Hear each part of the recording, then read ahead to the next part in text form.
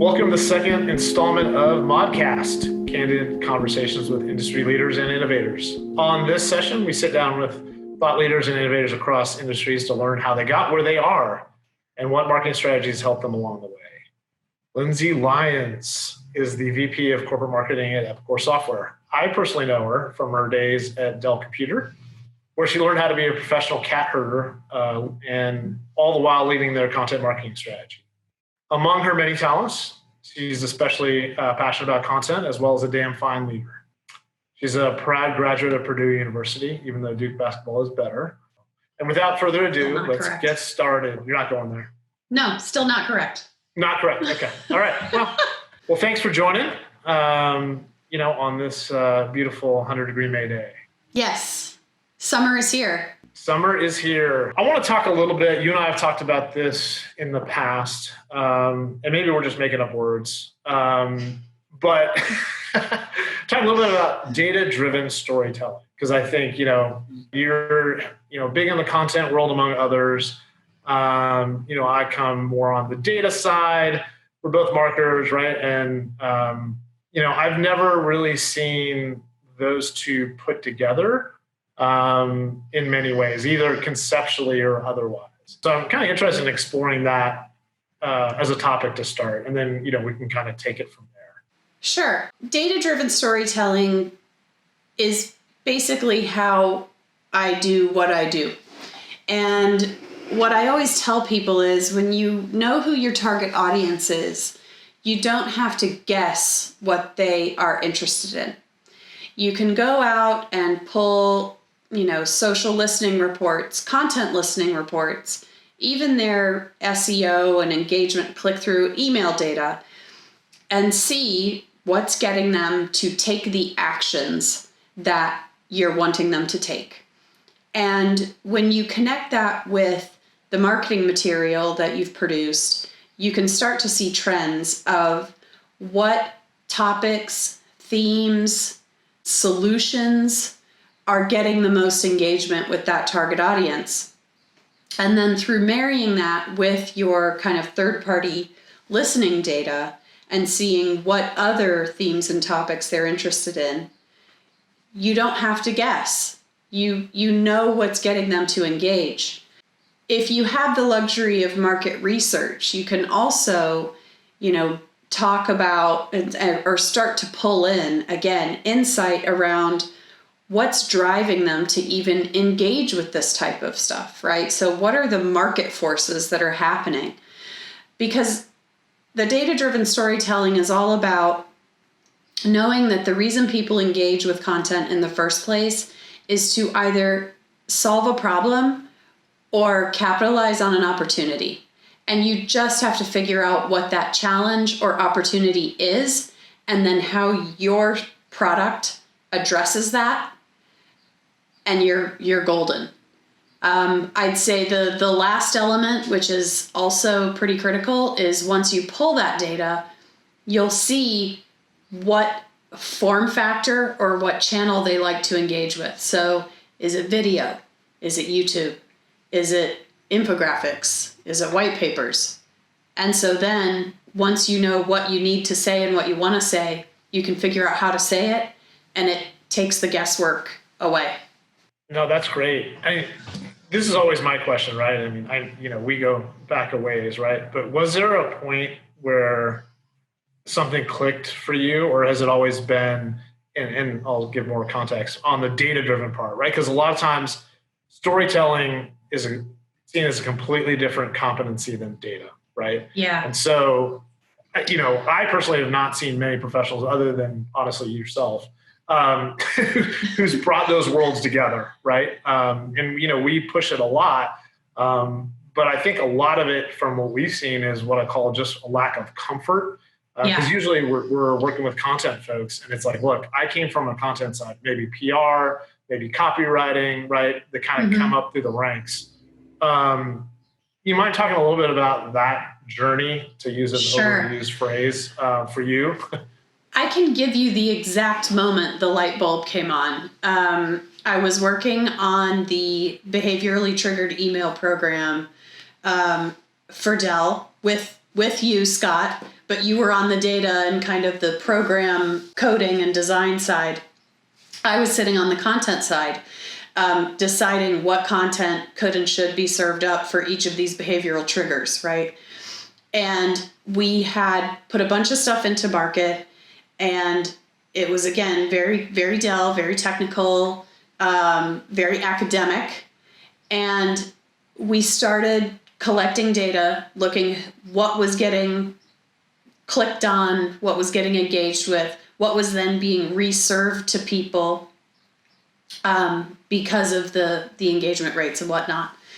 And the piece that was beating everything else, head and shoulders above the rest, was a piece that was actually a highly technical case study about one of our precision workstation machines that was being used by a special effects studio. But the headline was How to Build a Better Werewolf. And kind of dating myself, it was Pinewood Studios. They were using it to do special effects for the werewolves in the movie Twilight, showing how it had the computing power to render, this realistic stuff. But because it had that storytelling headline, we had people that were clicking on it that were 2 and 3 clicks deep that didn't come in looking for a workstation, but absolutely wanted to know what that was about. And so that was when I was like, oh my God, it doesn't matter. People are clicking on this even though they have no intention of buying it, because they're just looking for something to entertain them at some point, but then also to get work done, and they're looking for a good story. So we started to take the approach of really boiling down what we were trying to get across, and knowing that the same hammer can't hit the same nail every time, right? So there is a time and a place for technical information. There is a time and a place for speeds and feeds, but it's not everywhere. And that was the moment that I was like, okay, we need to start testing different approaches, start testing different ways of telling these stories, and we'll start to see trends. And what that also told me was, we don't have to guess. Because if we can A/B test this stuff, if we can even A/B test headlines, we'll know exactly what to do. Right. So would you say that some of that had to do with sort of the environment you were in? Or do you think, and the reason I'm saying this is just, think about people kind of coming up in marketing as well, right? Like Dell, from a cultural perspective, is maybe a little more data-driven as an organization than some others, right? In terms of large companies, right? Yeah. Or you may talk about a little bit on like putting yourself in the right position versus like, what I would say is also your own natural curiosity, right? Did it kind of take both of those together, or where did that magic happen? So I think Dell's culture was always very, very data-driven.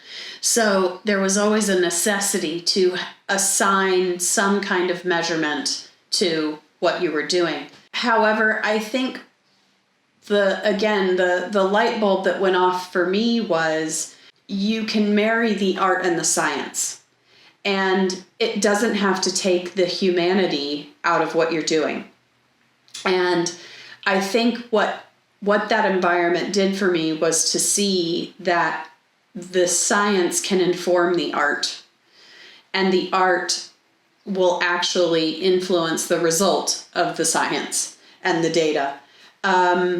So I think it definitely was a product of my environment, because honestly, if somebody had come to me and said, don't worry about the numbers, I probably would have been like, whew. However, I don't think I would have had the business case to be able to say, we need to change the type of content we're creating. It can't just be speeds and feeds. It can't just be product information. We've got to tell a story. That data helped me make that case. So, no, that's great. Thank you, because that's always in my head, right? Which is, what is, nature nurture, right? For lack of a better term. Yeah. In making that case, right? What is So do you feel like the data was the linchpin of making that business case at Dell, or do you feel like that's also a product of data plus storytelling to build that business case, right? And the reason I say that is a lot of people, like if somebody comes up and says, hey, we want to do more data-driven storytelling, you go to the CEO, CMO, right? Mm-hmm. What does that look like? Well, I think the data is the linchpin, right? Because at the end of the day, if you can prove that you can get better results with better storytelling, no one's going to argue with better results. No one's going to say to you, no, I want to continue to produce crappy stuff that nobody looks at, rather than, just changing up even how we approach it, right? Storytelling and product material are not mutually exclusive. You can craft a story using basically exactly what you have, even by producing the same stuff, but in a different, more interesting way. And if you A/B test against what you have versus what you're proposing, you'll know exactly if you have a case or not, right? So the example I'll give you is we still produce a ton of case studies, but we changed up exactly how we changed up how we produce them, and took, instead of a more technical white paper approach, we took a storytelling approach, talking about the situation, the challenge, the action, and the result, right? And the case studies that are put together in that way, we just, the salespeople tend to send them out more. They get used anecdotally in sales calls. We have more engagement on the website. And also, candidly, the customers that we've worked with have given us positive feedback about the experience of telling their story and saying, I really enjoyed that. So if you pile all of that together and say, even if at the end of the day, the revenue and the pipeline stays the same, but we have people getting more usage and the customers have a positive experience just for the change in strategy of how we're writing, which costs no more, shouldn't we make that change? And I can't think of a single reason why you would argue against it. So again, it's kind of like when you're building a business case like that and you have all of these data points and you present the case of what is the risk of doing nothing, it becomes very obvious. Right. Well, that's interesting you say the risk of doing nothing, because I think that's what I hear is that's part of the pitch, right? Because that's what we see, right? It's like, and I try to frame it the same as like, well, there's a risk in doing that. And it's like, all right, let's flip that around, right? Right. The risk in not doing that, right? Right. Right. It's like, okay, I was brought into Epicor to stand up a content function and a content practice. So, being just a little bit sassy, it's like, hey, if everything was going really well, you wouldn't need me. So not to be a jerk about it, but this is costing you nothing extra. And I'm just telling you it's a change of approach. And these are the results so far. So to be honest, it's kind of a no-brainer. I'll tell you the other thing is when I proposed to the CMO that we were going to make this change, and I didn't have any Epicor data to back it up because we hadn't made the change yet. I was ready to do the pitch, and I had, pulled industry data and this is what we're doing. And I was like, I think we should get, a more storytelling approach and this is that. And she looked at me and she went, well, yeah, let's do it. And I went, well, I have 4 more slides of data that I can show you, but it's such a no-brainer and an industry standard these days that I think it's relatively low risk. But by pulling that data, you also have a really nice baseline to measure against. That's a really good point, right? If nothing else, right? Yeah. You have a baseline, using it for sale purposes, you're also, doing it for a whole number of other reasons. So, right. No, that's great. I'm going to take it stay on the content route, but in a slightly different line of questioning. It sounds like I'm interrogating you. Yes. Yeah. I want to talk a little bit about snackable content, right? And I kind of want to go through kind of I'm going to say the hype versus reality, right? I don't know if you can share examples of that, right? So that's because content's expensive, right? You hear that in Hollywood. It plays very similar, right? Like, people have champagne wishes and beer budget, right? In those cases. Yeah. So Yes. Can you talk a little bit about like the reality of, trying to do snackable content in that context? Yeah. So it is hype versus reality in a lot of cases. I think, first of all, the first thing I'll say is I see people getting really wrapped up in form factors. And they'll come running in the door with their head on fire and say, I need an infographic. And it's like, okay, about what? And it's like, I don't know, but I just need it because people like them. And it's like, no, that's not how this works. So when you have snackable content, the first thing you need to decide is the piece that you want to break into more pieces. Does it have enough information in it to be broken apart? Right? Are they interesting and valuable enough to be broken apart? And can they serve almost as like mini advertising or cliff notes for a certain section that would make somebody want to go to that anchor piece of content and either fill in a form, a gate, or perform some more higher level of commitment in order to get their hands on the full anchor piece of content, right? If you don't have enough to make smaller pieces, several smaller pieces, at least 2 or 3, then it's just a repackaging exercise. It just means that you're taking this piece and you're going to make it more palatable for someone to consume.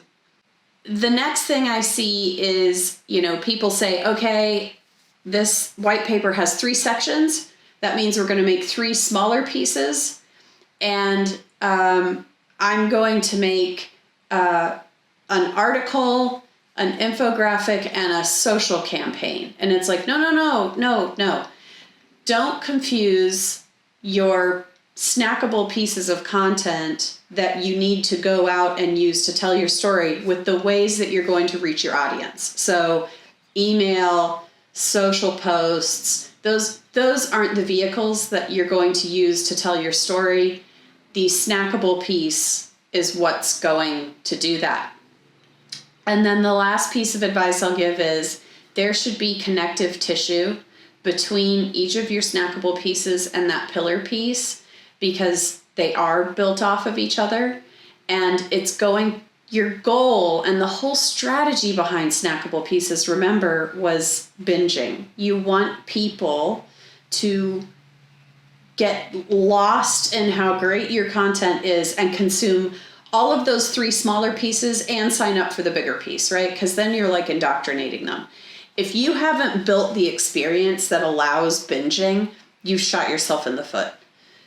I see people who send out like that infographic and they'll maybe embed it in a Marketo email, but then they don't tell you where to go to get the other related content. And it's like, okay, thanks for watching, bye. And you walk away.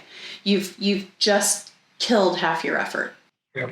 No, that's great advice. Are there any specific places of pillar content? Do you usually see like that's a white paper or like a video case study, kind of the top of the derivative content pyramid, right? Do you have a go-to set of content pieces that you look at, if that makes sense, right? In terms of make snackable, right? So sometimes it's like, hey, I have a 14-page white paper, right? That's got a lot of content. Let's use that, and we'll break up 3 different pieces. So the rule of thumb that I always use is if you have a piece of content that someone is highly unlikely to fully engage with on their phone, you need to create a smaller, more consumable piece that will draw them to then consume that larger piece. It could be a white paper that's only 2 or 3 pages, or it could be a really long, meaty article. But the reality is that most people will, like, their gateway drug to your content is going to be on their phone. So you need a version of that information that people can use on their phone. And that's kind of my rule of thumb. If somebody says to me they have a white paper, I'm like, what are you turning it into? Because if you don't have enough content in a white paper to turn it into something, it's just a really long article, which needs to be edited.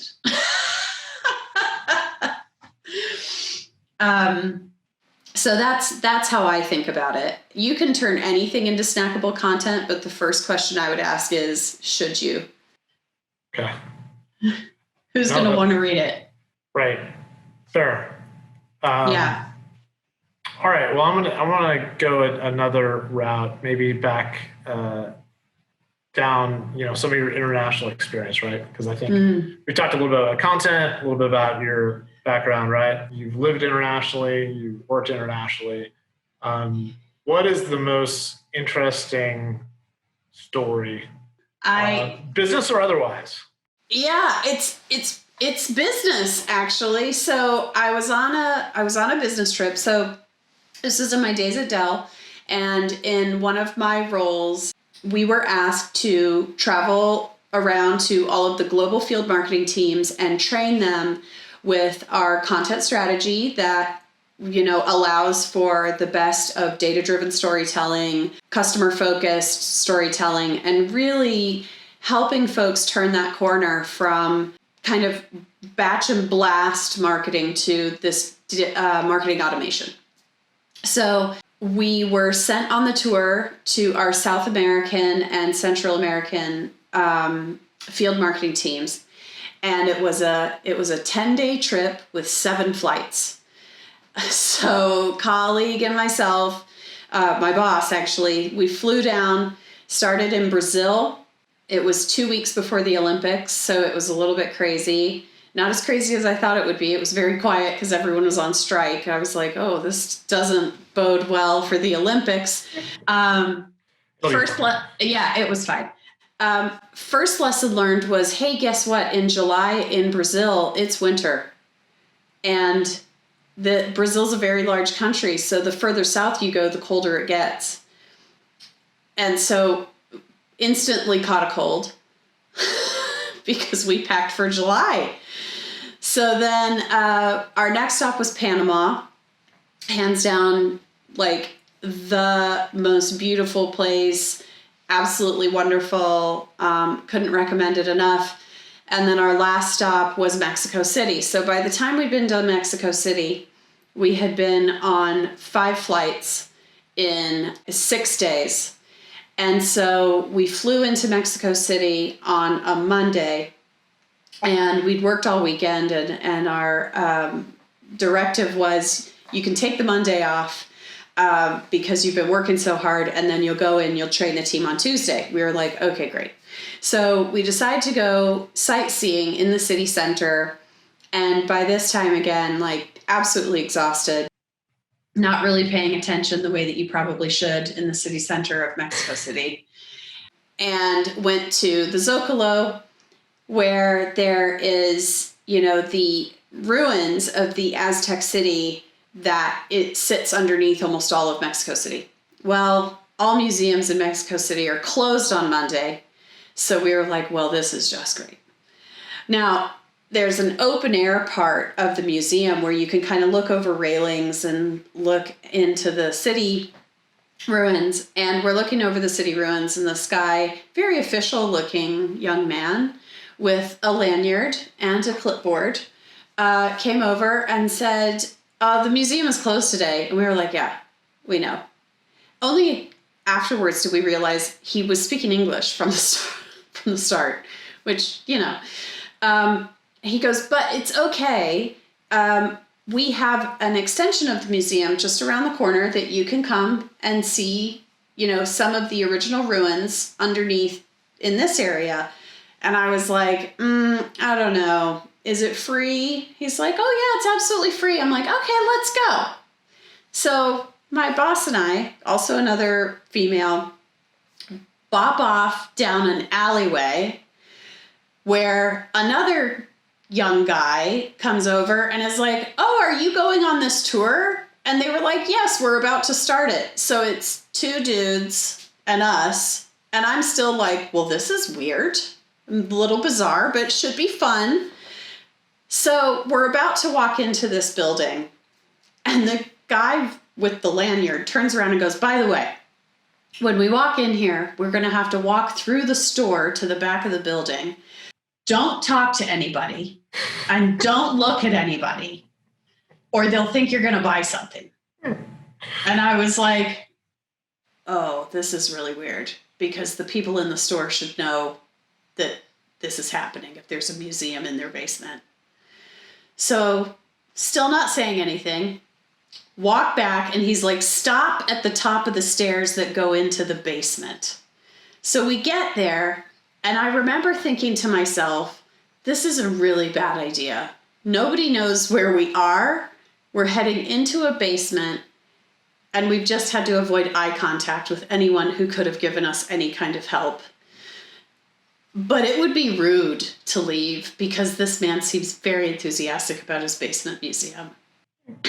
So then he walks in front of us. There's like a giant padlock on the door, and he unlocks the padlock, of course, and is like, hang on, I'm going to get it ready inside. And I was like, oh, he's getting it ready.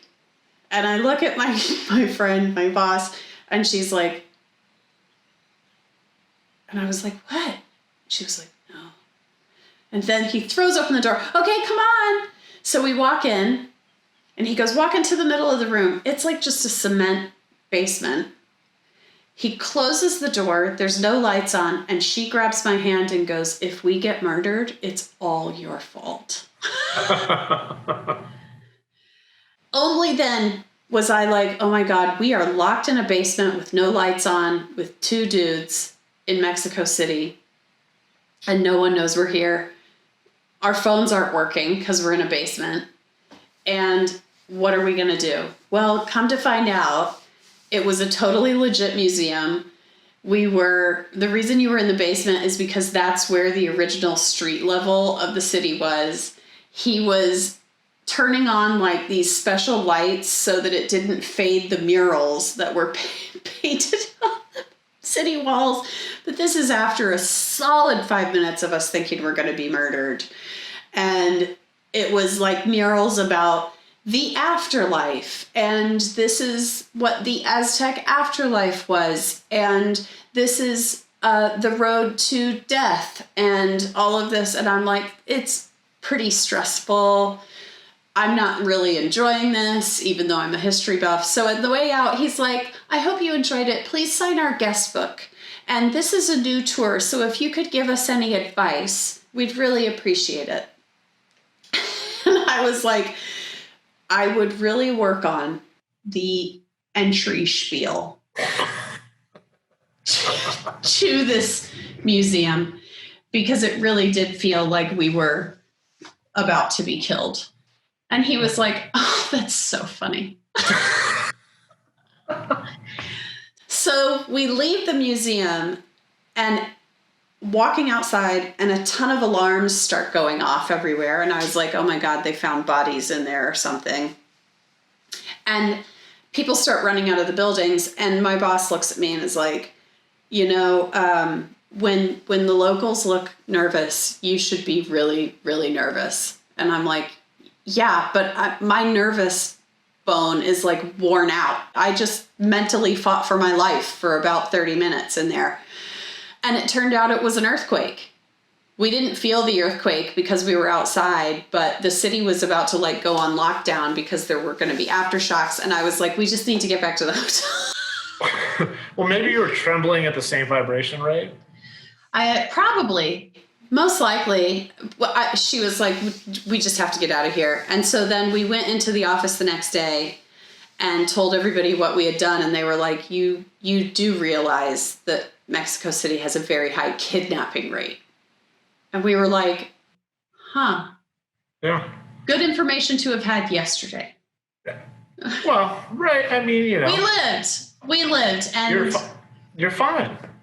Yeah, and hey, lesson learned. Don't go into an unmarked basement museum with a guy just because he has a clipboard and he looks very official. Well, and I paid attention, right?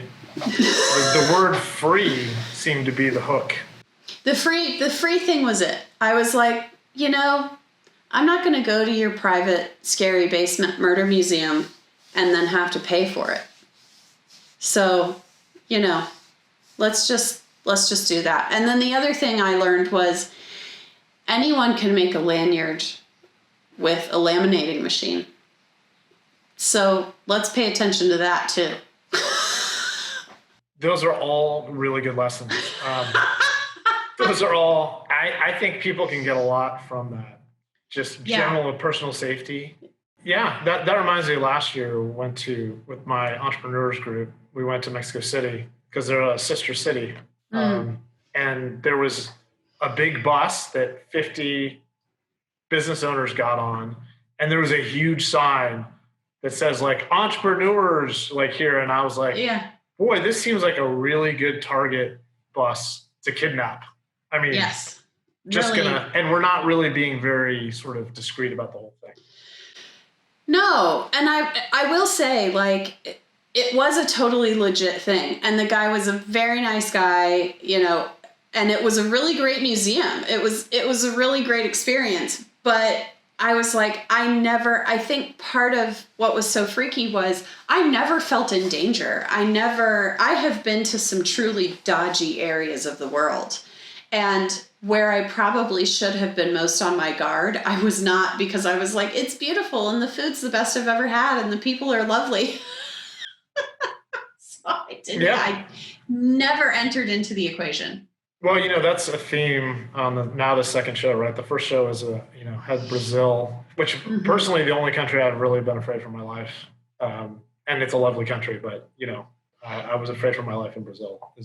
I've been to like 80 countries, so we were also in a situation in Brazil where we probably should have been more afraid, but that was the country where I had my really bad cold, so I was like on cold medicine. So I was like, everybody else, just tell me if somebody's on a motorcycle coming up with a gun and we're stuck in traffic, just tell me when to duck. That was what we were told. They were like, we can't get stuck in traffic. If they see you guys, there's robbers that pull up on motorcycles, and they were like, so just give them everything. And I was like, they're not having my Tamiflu. You got to hold the line at somewhere, right? You have to have a bottom line. Right. That's awesome. Yeah, that was my adventure. I made it out. We flew home, but have to say, could probably point to that museum and tell you guys to go because it was great. So Zocalo, right? And it was Zocalo, and it was the basement of a religious icon shop that sits right behind the cathedral. Okay. It was yellow, if you want to know. The outside of the building was yellow. But just look for the guy with the lanyard and the clipboard. He'll take you there for free. Sure, it's fine. Just start with that, right? Just look and like follow a the really lanyard guy. That's right. Just look like someone who's really lost, and he'll find you. Good. Boy, good advice. I think that's better advice than all that content marketing stuff you're talking about. So. Absolutely. Well, Lindsay, thank you. Appreciate all your time. It's always fun to catch up and make each other laugh and learn a little. Yeah, and thanks for having me. This is my favorite stuff to talk about. Awesome. Well, thanks again. Enjoy your sunny Texas day, and thanks everyone for joining. Thank you.